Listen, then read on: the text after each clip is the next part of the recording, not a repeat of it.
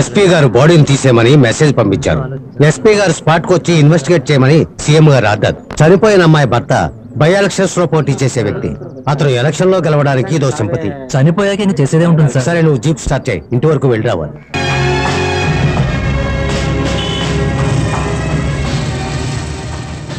ఏంటి ఇక్కడ ఇంతమంది ఉన్నారు? ఈ ఇంట్లో ఒక ఆవిడ చనిపోయారు. ఎలా చనిపోయింది? ఎలా చనిపోయిందో తెలీదు, కానీ ఉదయాన్నే చూసేసరికి చనిపోయింది. ఒకవేళ ఆత్మహత్య అయి ఉండొచ్చు. ఓహో అలాగా.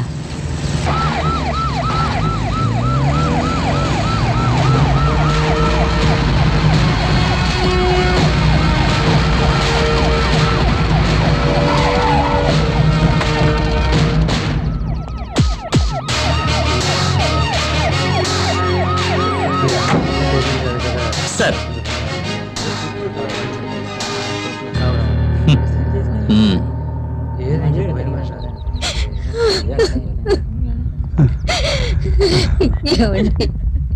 మన రమ్యకప్పుడే 100 ఏళ్ళు నిండిపోయాయా? ఎప్పుడు వచ్చారు? కాసేపు అయింది, పని ఉంది, బయలుదేరుతాను. వాళ్ళెవరు? చనిపోయిన అమ్మాయి వాళ్ళ తల్లిదండ్రులు సార్. రమ్య తండ్రి ప్రభాకర్ రావు గారు, తల్లి గీత గారు. అక్కడ కూర్చున్న అబ్బాయి ఎవరు? తెలియదు సార్. చనిపోయిన రమ్య గారి కజిన్ బ్రదర్ సార్.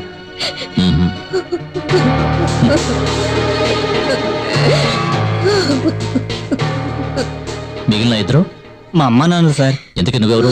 నా పేరు అశోక్, పక్కనే మా ఇల్లు. ప్రభాకర్ రావు గారు మేము ఫ్యామిలీ ఫ్రెండ్స్ అండి. అయితే ఏంటి? ఏమయ్యా, క్రైమ్ సీన్ లో పొలిటీషియన్స్ ఎందుకు? అది కాదు సార్, ఈయన పార్టీ. ఏమిటయ్యా పార్టీ? పంపించాయి సార్. Sorry sir.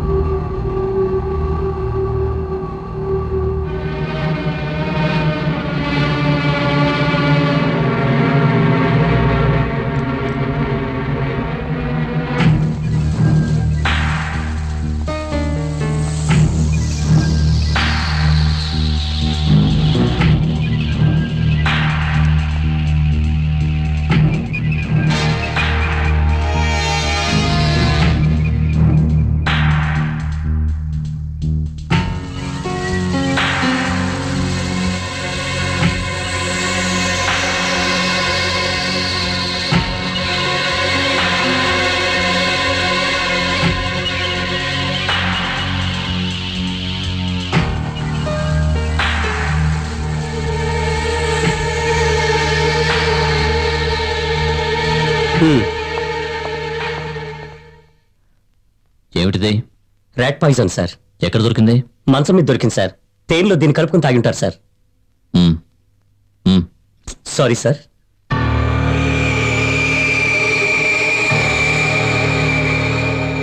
నాకు ఫోన్ చేసినప్పుడు లెటర్ అయితే దొరకలేదని చెప్పారు. అవును సార్, ప్రిలిమినరీ ఇన్వెస్టిగేషన్ లో దొరకలేదు సార్. మేము ఈ టేబుల్లోని డ్రాలో వెతికినప్పుడు ఒక బుక్ లో ఉంది సార్. ఇంతకీ బాడీని ఎవరు ఐడెంటిఫై చేశారు?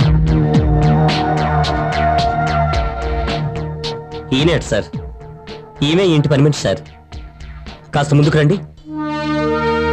నువ్వు ఇక్కడే ఉంటావా? లేదు, నా పని అయ్యాక ఇంటికి వెళ్ళిపోతాను.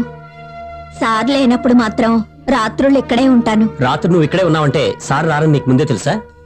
సార్ రారని చెప్పి రమ్య మేడం రాత్రికి నన్ను ఇక్కడే ఉండిపోమని చెప్పారు. సార్ లేనప్పుడు ఇక్కడే ఉంటానని చెప్పావుగా.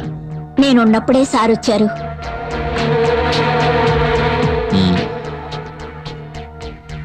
ఆ తర్వాత ఏం చేసావు? నేను ఇంటికి వెళ్ళిపోయాను. చెప్పకుండానా?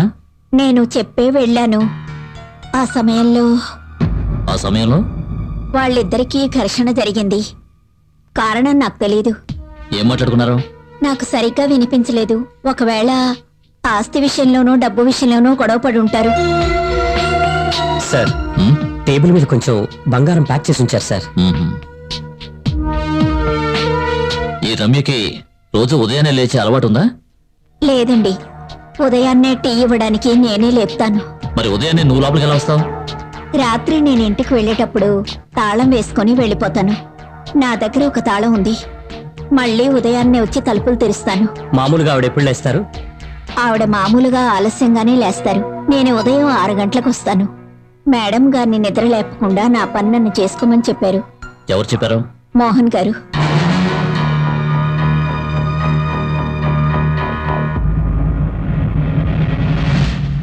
నీ పేరేమిటి? సుమేష్. కాస్త ముందుకు రారా. నువ్వంత ఉదయం ఇక్కడేం చేస్తున్నావు? పాలు తీసుకొచ్చాను సార్. నువ్వు పాలవాడివా? నేను చూస్తుంటే అలా అనిపించడం లేదే. లేదు సార్, రోజు మా అన్నయ్య పాలు సప్లై చేస్తాడు. నేను బెంగళూరు నుంచి ఉదయమే వచ్చాను. పాలు సప్లై చేసే టైంకి అన్నయ్య లేవలేదు. అవును, మీ అన్నయ్య ఆలస్యంగా లేవడానికి కారణం ఏంటి? ఇతను చెప్పేది నిజమేనా? నిజమేనండి.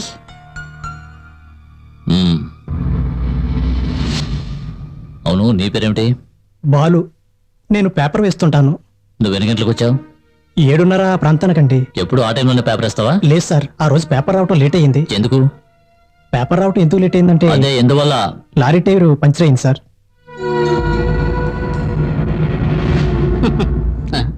తమరి నామధేయం? త్రినాథ్ని. నేనే పోలీసులకు ఫోన్ చేసి చెప్పాను. ఓహో, ఈ ఏరియాలో ఏం జరిగినా నీకే ముందు తెలుస్తుందన్నమాట. లేదు సార్, పక్కింట్లో. ఇక్కడి నుంచే ఫోన్ చేసావా? అవును సార్. ఇంకెవరికి ఫోన్ చేసావు? వేరే ఎవరికి చేయలేదు సార్. ఉదయం ఏం జరిగిందో వివరంగా చెప్తావా?